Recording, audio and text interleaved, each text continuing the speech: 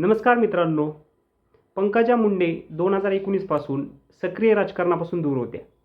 कारण भाजपने त्यांना 2019 नंतर विधान परिषदेवर किंवा राज्यसभेवर घेतलेले नव्हते.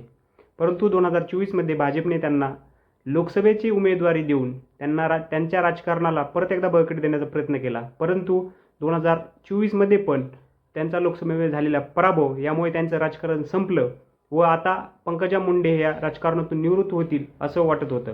परंतु भाजपने पंकजा मुंडे यांना विधान परिषदेवर घेऊन हे त्यांचे 3 डाव साधले.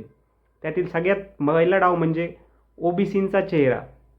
भाजपकडून ओबीसींचा चेहरा म्हणून असा एक पण नेता नाही आहे जो भाजपच्या ओबीसीच्या राजकारणाला बळकटी देऊ शकेल. त्यामुळे पंकजा मुंडे यांना विधान परिषदेवर पाठवून भाजपने ओबीसी चेहरा म्हणून पंकजा मुंडे यांची निवड केलेली आहे आणि ओबीसी समाजाचा नेता म्हणून पंकजा मुंडेंना त्यांनी विधान परिषदेवर घेऊन हा त्यांचा एक पहिला डाव साधलेला आहे. दुसरी गोष्ट म्हणजे जो मराठवाड्यामध्ये पंकजा मुंडे यांचा असणारा जम.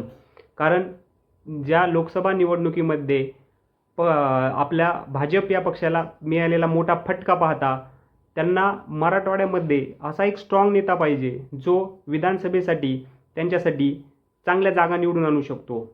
आणि तिसरा सगळ्यात महत्त्वाचा मुद्दा म्हणजे पंकजा मुंडे यांना विधान परिषदेवर घेऊन बीडच्या राजकारणामध्ये परत एकदा पंकजा मुंडे यांची एंट्री करून त्यांनी राष्ट्रवादी काँग्रेस शरदचंद्र गटाला एक तगडं आव्हान उभं करण्यासाठी पंकजा मुंडे यांना परत एकदा आमदार केलेलं आहे.